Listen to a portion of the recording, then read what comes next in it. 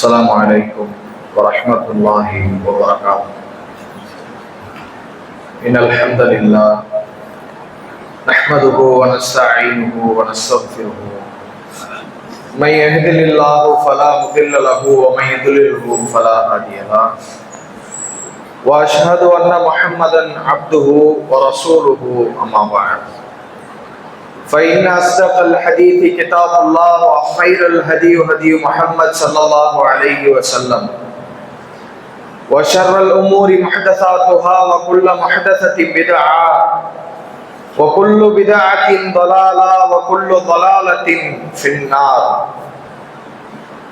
கண்ணியத்திற்குரிய எல்லாம் வல்ல அல்லாஹுவின் நல்லடியார்களே, பெரியோர்களே, அல்லாஹுடைய அன்பும் அவனுடைய வற்றாத பெருங்கருணையும் நபிகள் நாயகம் ஸல்லல்லாஹு அலைஹி வஸல்லம் அன்னவர்களின் மீதும் அவர்களுடைய சொல் செயல் அங்கீகாரம் ஏற்ற அந்த அடிப்படையில் வாழ்ந்த அத்துணை நன்மக்களின் மீதும் அல்லாஹுடைய அருளை எதிர்பார்த்தவர்களாக அவன் கட்டளையிட்ட அடிப்படையில் ஜும்மாவை நிறைவேற்றுவதற்காக இங்கே குழுமி இருக்கிற நம்மவர்கள் அனைவர்களின் மீதும் வல்ல ரஹ்மானுடைய வற்றாத பெரும் கருணை என்றென்றும் என்று நிலவட்டுமாக. கண்ணியத்திற்குரிய அல்லாஹுவின் நல்லடியார்களே, அல்லாஹுடைய மகத்தான அருளாலும் ஏக இறைவனுடைய கருணையின் அடிப்படையிலேயும் இங்கே இருக்கிற நம்மில் பலர் ராகத்தான இறைவனால் கொடுக்கப்பட்ட ஆகப்பெரும் அருக்குடையான சொந்த வீடுகளிலேயும் அழகிய இல்லங்களிலேயும் நாம் வாழ்ந்து கொண்டிருக்கிறோம். அல்லாஹ் திருமறை குர்ஆனில் மனிதர்களின் மீது தான் செய்த அருளையும் நிஅமத்துகளையும் பற்றி சொல்லும் போது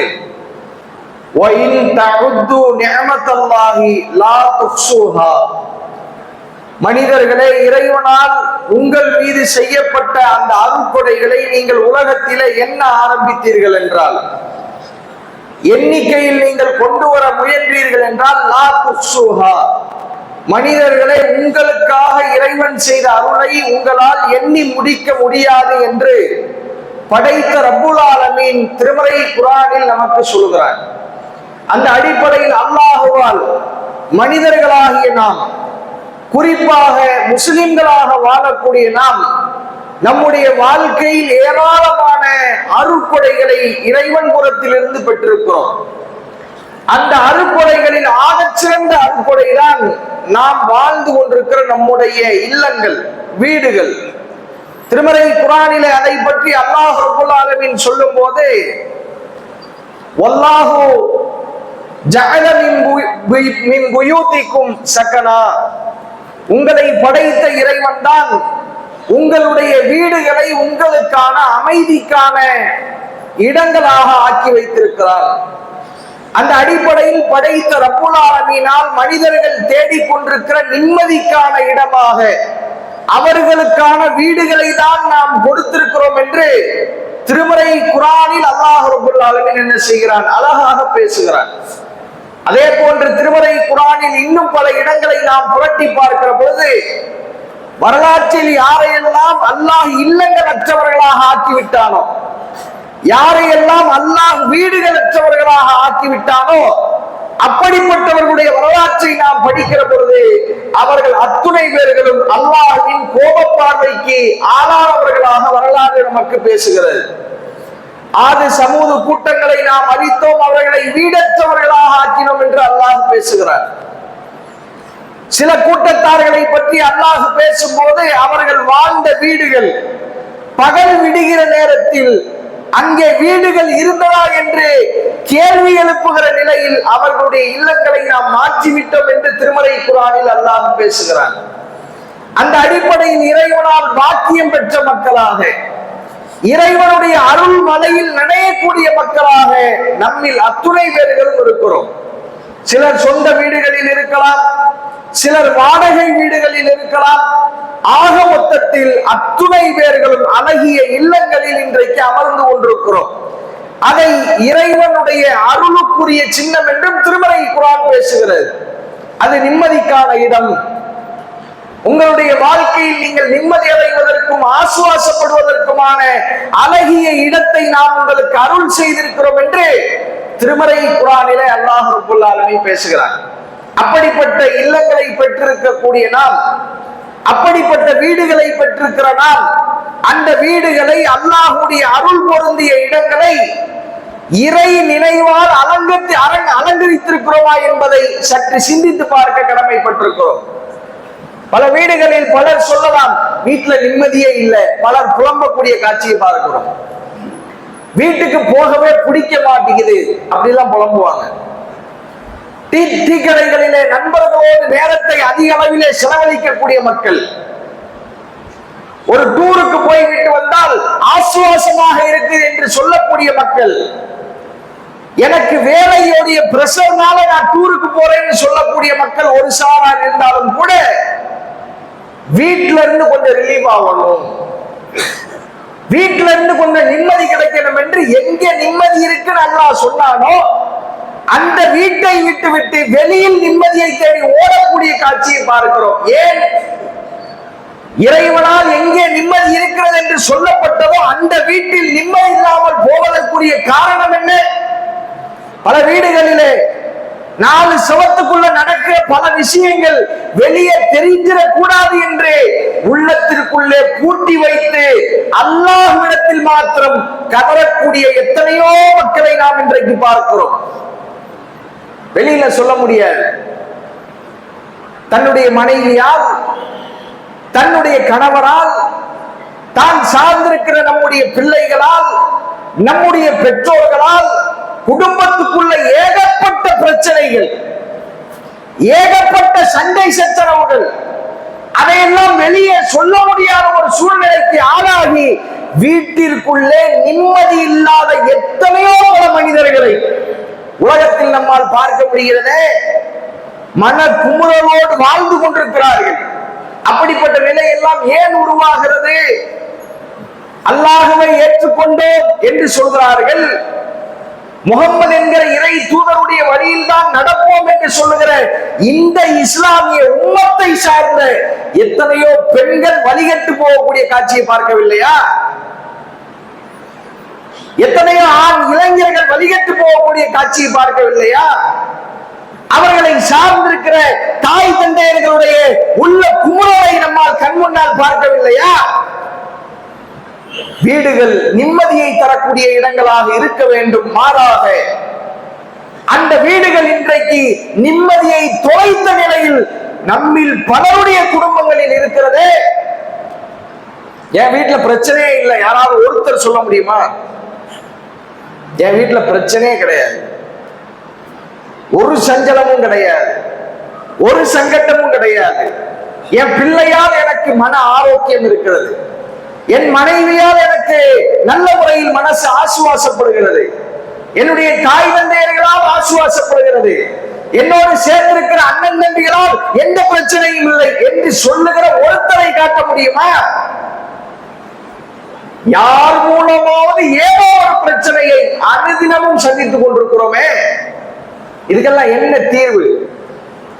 இஸ்லாமிய இல்லங்கள் எந்த அடிப்படையில் இருந்தால் அல்லாஹ் அந்த இல்லத்தில் நிம்மதியை கொடுக்கிறார்.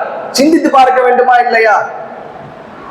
பல பேர்களுடைய புலம்புல பார்க்கிறோமே, ஒரு பிள்ளைய பெத்தம்பாய், ஆம்பளை பிள்ளைய பெற்றிருக்கிறேன், என் நிம்மதியே போச்சு பாய், அந்த ஆம்பளை புள்ள மூலியமா அல்லாஹ் எனக்கு பெரிய சோதனையை கொடுக்கிறான் பாய். அந்த ஆம்பளை புள்ள எங்க இருந்து வளர்ந்தது, எங்கே இருந்து பேச கற்றுக்கொண்டது? நீங்கள் இன்றைக்கு எதையெல்லாம் ஹராம் என்று பார்க்கிறீர்களோ அந்த ஹராமியத்தான செயல்களை எங்கே இருந்து கற்றுக்கொண்டது? இல்லங்கள், நாம் சார்ந்திருக்கிற அந்த வீடுகள், அல்லாஹ் எந்த அடிப்படையில் நம்முடைய வீடுகளை அமைக்க சொன்னாரோ அந்த அடிப்படையில், அந்த கட்டமைப்பில் நம்முடைய வீடுகள் இருக்கும் என்று சொன்னால் அந்த வீட்டிலே நிம்மதி தலை தூக்கும், அல்லாஹ்வுடைய அருள் அங்கே நிறைந்து வரும். இல்லை என்று சொன்னால் புலம்புகிற மக்களில் நாமும் ஒருவராக மாறி போய்விட வேண்டியதுதான். எப்ப நிம்மதி வரும்? அல்லாஹ்வுடைய நிம்மதி எப்ப வரும்? அல்லாஹ்வுடைய அருள் ஒரு வீட்டுக்கு எப்ப வரும் என்றால் அதற்கு இஸ்லாம் ஒரு சில வரையறைகளை நமக்கு சொல்லிக் கொடுக்கிறது.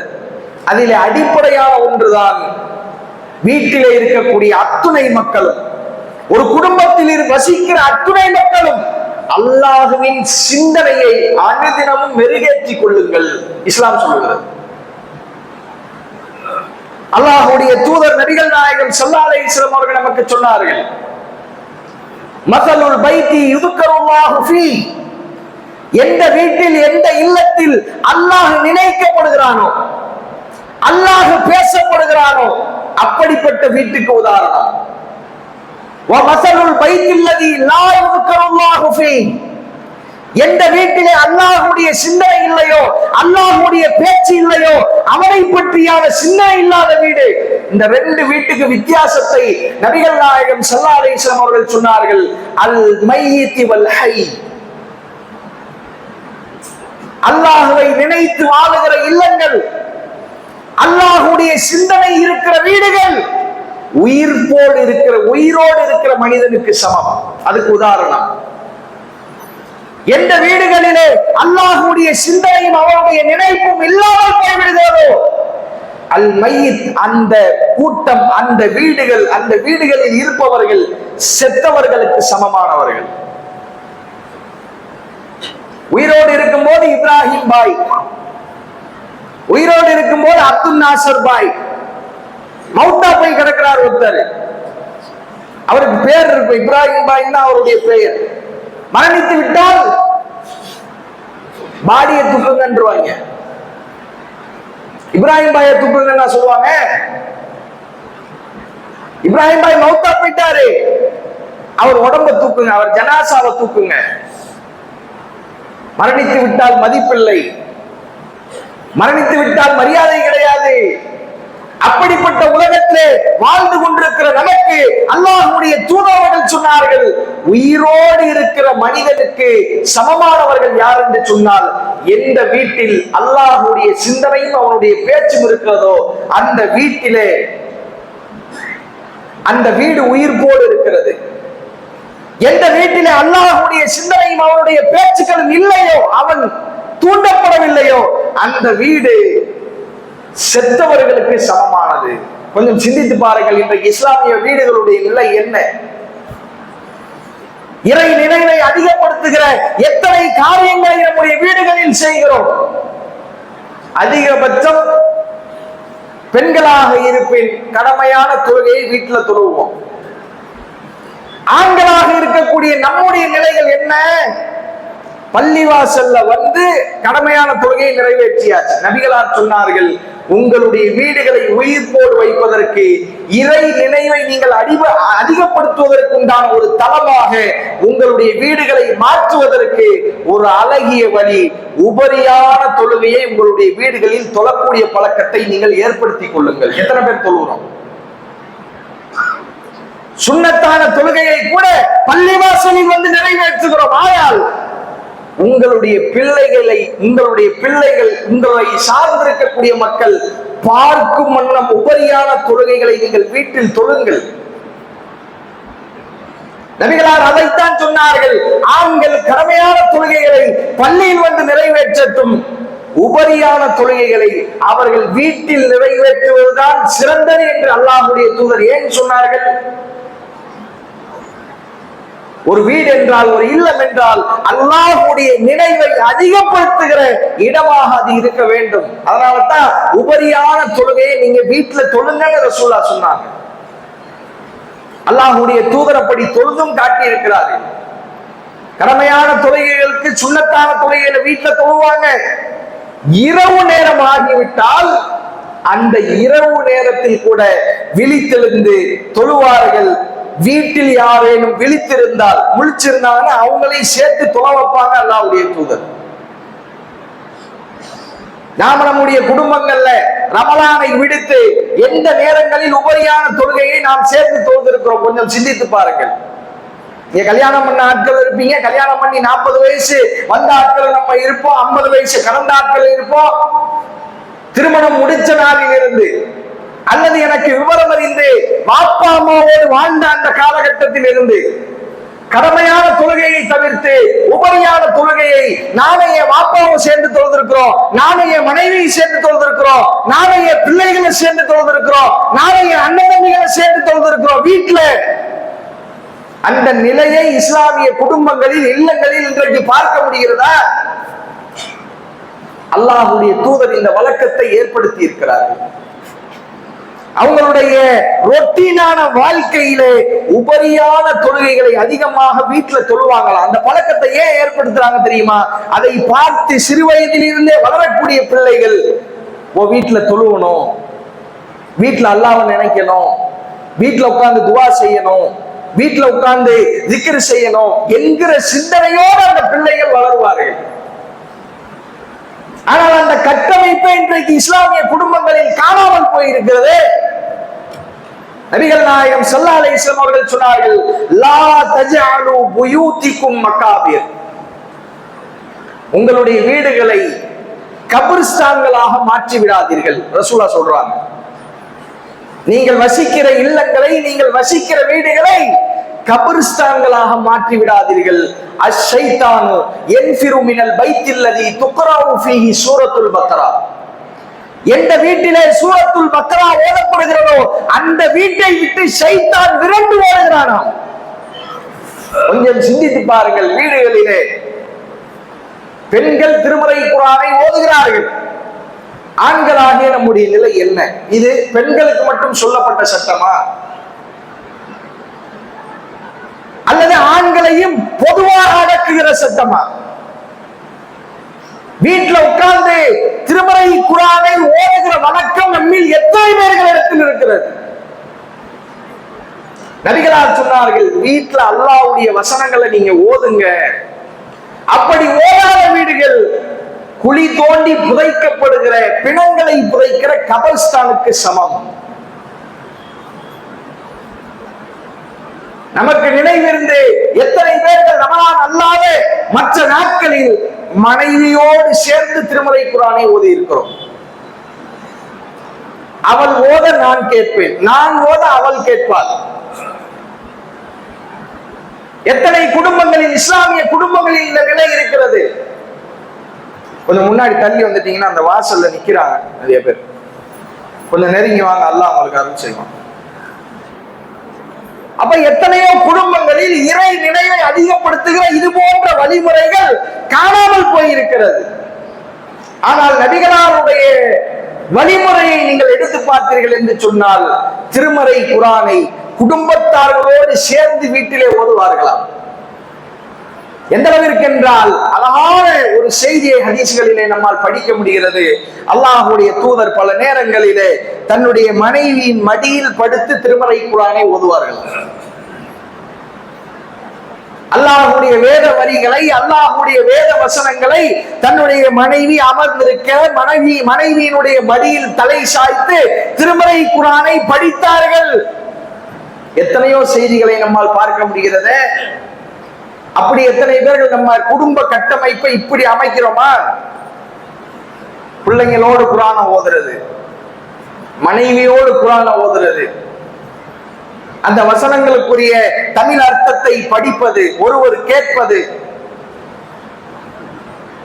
இறை நினைவை அதிகப்படுத்துகிற இது போன்ற எத்தனையோ வழிமுறைகள் நமக்கு சொல்லித் தரப்பட்டிருக்கிறது. ஆனால் நம்முடைய இல்லங்களில் நிம்மதி கெட்டு போவதற்கும், மன உளைச்சலுக்கு நாம் ஆளாவதற்கும், பிள்ளைகள் ஹராமான காரியங்களை செய்யும் பொழுது அதை பார்த்து பெற்றோர்களாகிய நம்மில் பலர் வேதனைப்படுவதற்கு உண்டான காரணம், அடிப்படையில் இருந்தே இறை நினைவு இல்லாத குடும்பமாக, வீடாக நம்முடைய வீடு கட்டமைக்கப்பட்டிருக்கிறது.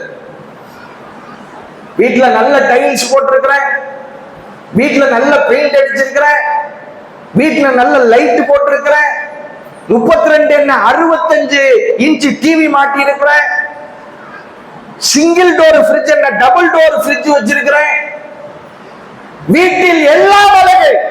ஆனால் வீட்டின் அடிப்படை கட்டமைப்பான இறை சிந்தனையோடான வீடாக நம்முடைய வீடுகள் இருக்கிறதா என்பதை இஸ்லாமிய குடும்பத்தார்கள் கொஞ்சம் சிந்தித்து பார்க்க கடமைப்பட்டிருக்கிறோம். அல்லாஹ்வுடைய தூதர் நபிகள் நாயகம் ஸல்லல்லாஹு அலைஹி வஸல்லம் அவர்கள் தன்னுடைய வீடுகளில் அல்லாஹ்வுடைய நினைவையும் மறுமையினுடைய நினைவையும் அதிகப்படுத்துகிற ஏராளமான செயல்பாடுகளில் அடிக்கடி ஈடுபடுவார்களாம். உதாரணத்துக்கு நாம் எடுத்துக்கொண்டால், என்னைக்காவது தன்னுடைய மௌத்தை பற்றி குடும்பத்தார்கள்ட்ட பேசி இருக்கிறோமா? இஸ்லாமிய இல்லங்கள்ல, இஸ்லாமிய வீடுகள்ல ஜும்மா முடிச்சுட்டு போங்களே. இன்னைக்கு சாயங்காலம் நான் மௌத்தா போயிட்டா என்னமா செய்வீங்கன்னு கேளுங்க. அவசகுணமா பேசாதீங்க. உங்க வாயில நல்ல வார்த்தையே வராதா? அதே ஒரு மனைவி கணவன் இது மாதிரி பேசிய காட்சிகள் நினைவில் தெரிஞ்ச வரைக்கும் இருக்கா? இல்ல. ஆனால் ரசூலுல்லாஹ் இப்படி வாழல. தன்னுடைய குடும்பத்தை அல்லாஹ்வுடைய தூதர் எப்படி கட்டமைப்புத்தார்கள் என்று சொன்னால், இந்த உலக வாழ்க்கை நிரந்தரம் இல்லை, இதுக்கு பின்னாடி ஒரு வாழ்க்கை இருக்கிறது என்பதை தன்னுடைய ஒவ்வொரு செயல்பாடுகளின் மூலமும் அல்லாஹ்வுடைய தூதர் வெளிக்காட்டிக் கொண்டே இருப்பார்களா?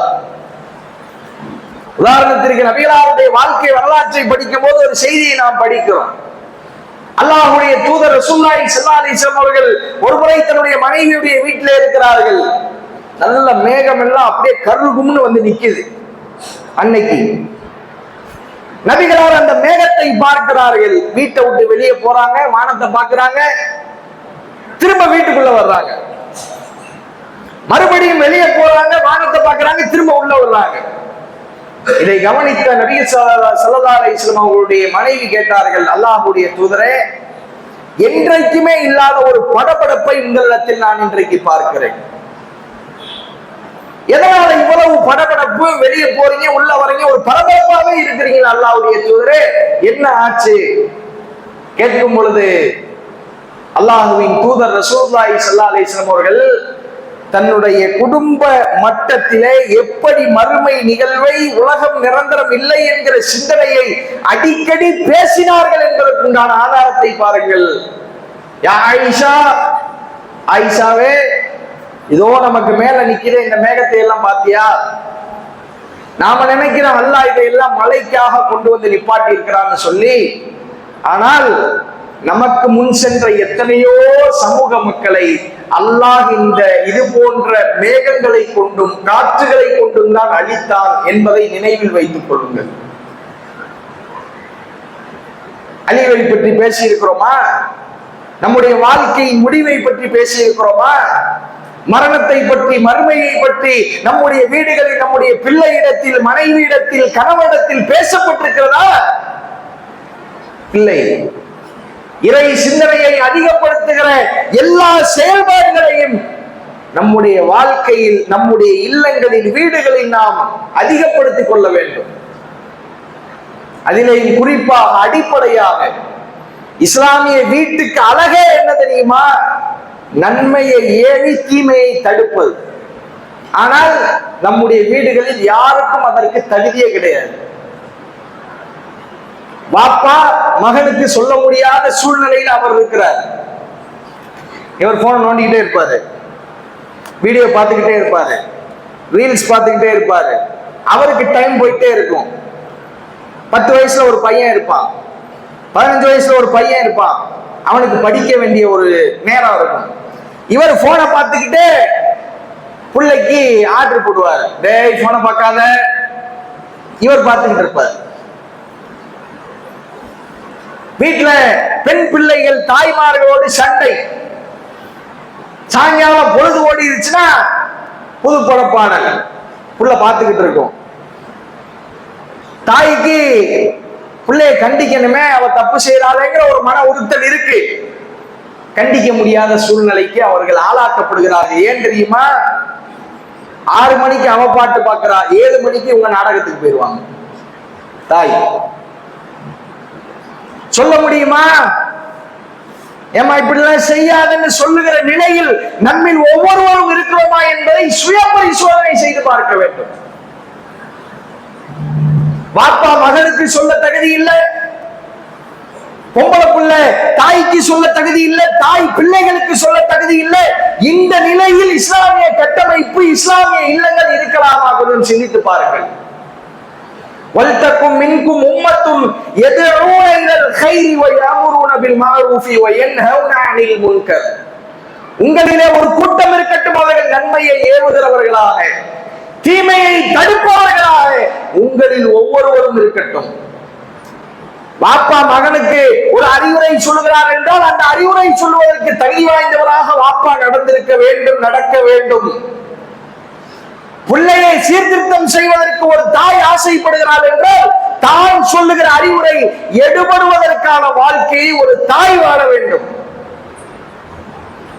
அந்த ரெண்டு பேரும் இஸ்லாமிய கட்டமைப்பிலே இஸ்லாமிய இல்லத்தை எப்படி அமைக்க வேண்டும் என்பதிலே கோட்டை விட்டால் பிள்ளைகள் எப்படி இஸ்லாமிய இல்லத்தை சரியாக அமைக்கக்கூடியவர்களாக வளருவார்கள்.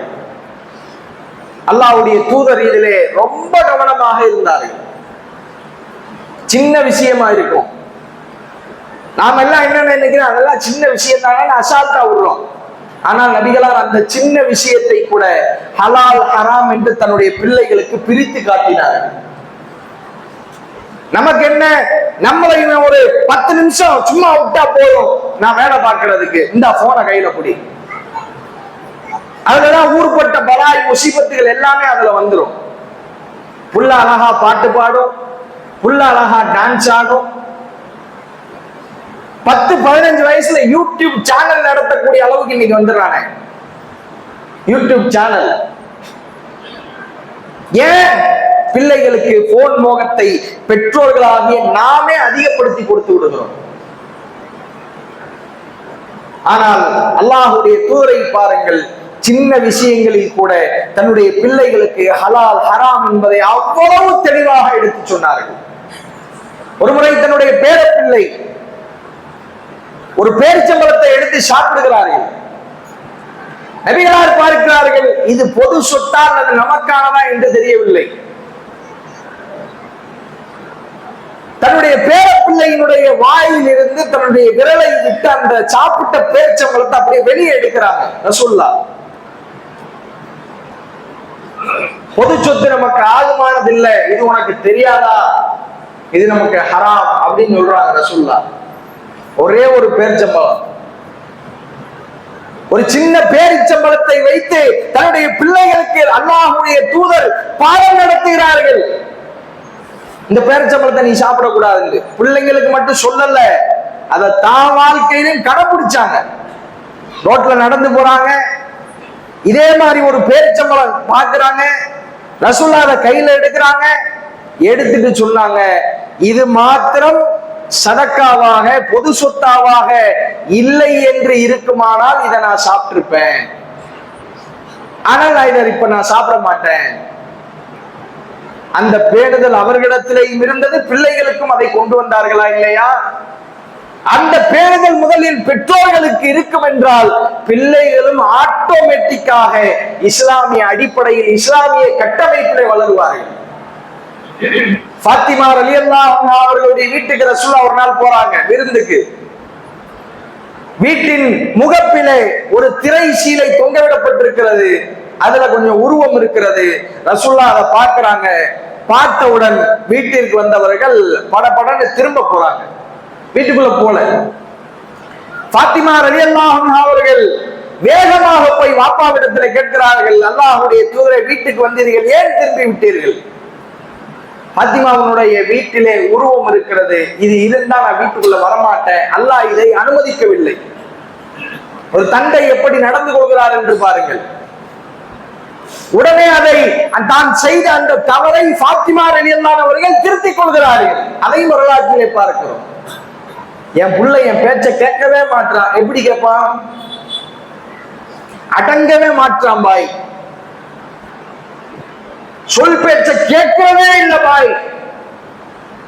எப்பொழுது நம்முடைய பிள்ளை நம்முடைய பேச்சை கேட்க ஆரம்பிக்கும் என்றால் நாம் சொல்லுகிற அறிவுரையை முதலில் நம்முடைய வாழ்க்கையில் எப்பொழுது நாம் அப்ளை பண்ணுகிறோமோ அப்பொழுதுதான் நம்முடைய பிள்ளை நம்முடைய பேச்சை கேட்பான். சும்மா தொழுவ போகாம தூங்கிக்கிட்டு இருக்கா மாதிரி எரும மாடுன்னு சொல்றதுக்கு முன்னாடி ஒழு செஞ்சு 10 நாள் பள்ளிவாசலுக்கு நாம் தொடர்ச்சியாக போவோம் என்றால் நம்மோடு கையோடு கைப்பிடித்து பள்ளிக்கு வருவதற்கு அவனும் தயார். கெட்ட வார்த்தைகள் பேசாதே, கெட்டதை பார்க்காதே என்று சொல்லுவதற்கு முன்னால் நாம் அந்த விஷயத்தில் பேருதோடு நடந்து காட்டும் போது அவர்கள் நம்முடைய வழிக்கு வருவதற்கு தயாராக இருக்கிறார்கள். எனவே இறைவனால் கொடுக்கப்பட்ட அழகிய குடும்பம், அழகிய இல்லம் என்பது அல்லாஹ்வால் நமக்கு கொடுக்கப்பட்ட மிகப்பெரிய மாபெரும் அருட்கொடை அது. அந்த அருட்கொடையை பெற்றிருக்கிற நாம் வாழ்க்கையில் நிம்மதி பெருமூச்சு விட வேண்டும் என்றால், அல்லாஹ்வுடைய அருள்மலை நம்முடைய குடும்பத்திலே பொழிய வேண்டும் என்று சொன்னால், இஸ்லாமிய கட்டமைப்பில் இறை நினைவோடு அந்த குடும்பத்தை எப்பொழுது நாம் கட்டமைக்கிறோமோ அதுதான் இஸ்லாம் சொல்லுகிற அழகிய இல்லங்களாக அமையும். அப்படிப்பட்ட நன்மக்களாக அல்லாஹ் நம் அனைவரையும் ஆக்கி அருள்புரியட்டும் என்று சொல்லி என்னுடைய இந்த முதல் உரையை நிறைவு செய்து கொள்கிறேன். வாஹர் தஅவானா அல்ஹம்துலில்லாஹி ரப்பில் ஆலமீன். அஸ்ஸலாமு அலைக்கும்.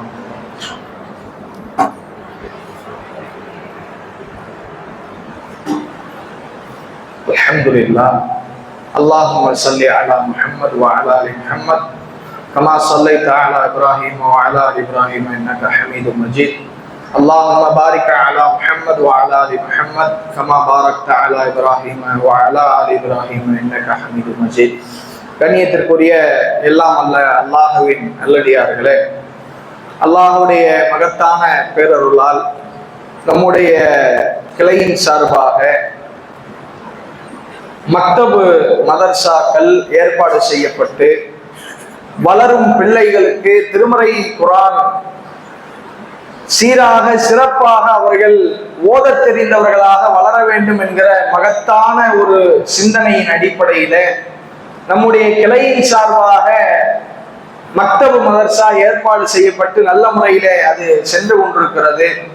இந்த மதர்சாவில் இணையாத சகோதரர்கள், தன்னுடைய பிள்ளைகளை இணைக்காத சகோதரர்கள், இந்த மதர்சாவில் உங்களுடைய பிள்ளைகளை அதிகமாக இணைக்குமாறு உங்களை அன்போடு கேட்டுக்கொள்கிறோம். ஏனென்று கேட்டால், இன்றைக்குள்ள வளரும் தலைமுறை பிள்ளைகள் அல்லாஹ்வுடைய சிந்தனையற்றவர்களாக வளருவதற்கு அடிப்படையான காரணமே திருமறை குர்ஆனுடைய அந்த தொடர்பு என்பது பிள்ளைகளுக்கு இல்லாமல் போனதுதான் அதனுடைய பின்னணியில் இருக்கிற மிக முக்கியமான அடிப்படை காரணம். அல்லாஹ்வுடைய தூதர் ரசூலுல்லாஹி ஸல்லல்லாஹு அலைஹி வஸல்லம் அவர்கள் சொன்னார்கள், ஹைருக்கும், உங்களில் யார் மனித குலத்திலேயே சிறந்தவர் தெரியுமா? மன் தஅல்லமல் குர்ஆன வ அல்லமஹு, யார் திருமறை குர்ஆனை அழகாக ஓத தானும் கற்றுக்கொண்டு தான் கற்ற அந்த திருமறை குர்ஆனை பிறருக்கும் கற்றுக் கொடுக்கிறாரோ அவரே உங்களின் மகத்தான மனிதர் என்று அல்லாஹ்வுடைய தூதர் நமக்கு சொல்கிறார்கள். மனித குலத்தில் சிறந்தவராக ஒருவர் எப்படி இருக்க முடியும்? அதற்கு தகுதிய ரசூலா எப்படி சொல்றாங்க பாருங்க. குர்ஆனை நீங்க கத்துக்கங்க, பிறருக்கு கத்துக் கொடுங்கிறார். ஆனால் இன்றைக்கு நம்மில் பல பெற்றோர்களுடைய நிலை என்ன தெரியுமா? 5 மணி 6 மணி ஆயிடுச்சுன்னா மக்தப் மதர்சாக்கு அனுப்பி விட்டுருவோம். ஏன்? அவங்களுக்கு டைம் இல்லை. பல பெற்றோர்களுக்கு பிள்ளைகளுக்கு திருமறை குர்ஆனை ஓதி கற்றுக் கொடுக்கக்கூடிய நிலையில் அவர்கள் இல்லை. அப்ப இதையெல்லாம் நம்ம உணர்ந்துதான் நம்ம என்ன செய்கிறோம் என்று சொன்னால், பிள்ளைகள் பெற்றோர்களால் குர்ஆனை கற்றுக் கொடுக்கப்படாமல் விட்டாலும் கூட நாம முன்வந்து அந்த பிள்ளைகளுக்கு அல்லாஹ்வுடைய வேத வரிகளை ஓதக்கூடிய ஒரு நிலையை நாம சமுதாயத்தில் உருவாக்கணும் என்கிற மகத்தான ஒரு சிந்தனையின் அடிப்படையில தான் இந்த பணிகளை நம்ம செய்து கொண்டிருக்கிறோம். சும்மா இல்லை, இந்த மக்தபு மதர்சாக்கு என்று பல ஆசிரியர்களை போட்டு, பெண் ஆசிரியர்களை போட்டிருக்கிறோம், ஆண்களுக்கு ஆண் ஆசிரியர்களை போட்டிருக்கிறோம். போட்டு இந்த பணியை செய்வதற்கு ஏதோ 10ஓடு 11ஆக செய்துவிட்டு போக வேண்டிய ஒரு நிலையில் நாம் இல்லை. இதை ரொம்ப உளப்பூர்வமாக இந்த கிளை சகோதரர்கள் செய்து கொண்டிருக்கிறாங்க. எனவே இந்த மதர்சாவில் ஏகத்துவம் சொல்லிக் கொடுக்கப்படுகிறது, தௌஹீது சொல்லிக் கொடுக்கப்படுகிறது. இணை கற்பிப்பு இல்லாத கலப்பற்ற முறையில் திருமறை குர்ஆன் பிள்ளைகளுக்கு சொல்லிக் கொடுக்கப்படுகிறது. உங்களுடைய பிள்ளைகளை இந்த மதர்சாவிலே சேர்த்து விடுமாறு உங்களை அன்போடு கேட்டுக்கொள்கிறோம். அஸ்ஸலாமு அலைக்கும் வரஹ்மத்துல்லாஹி வபரகாத்துஹு.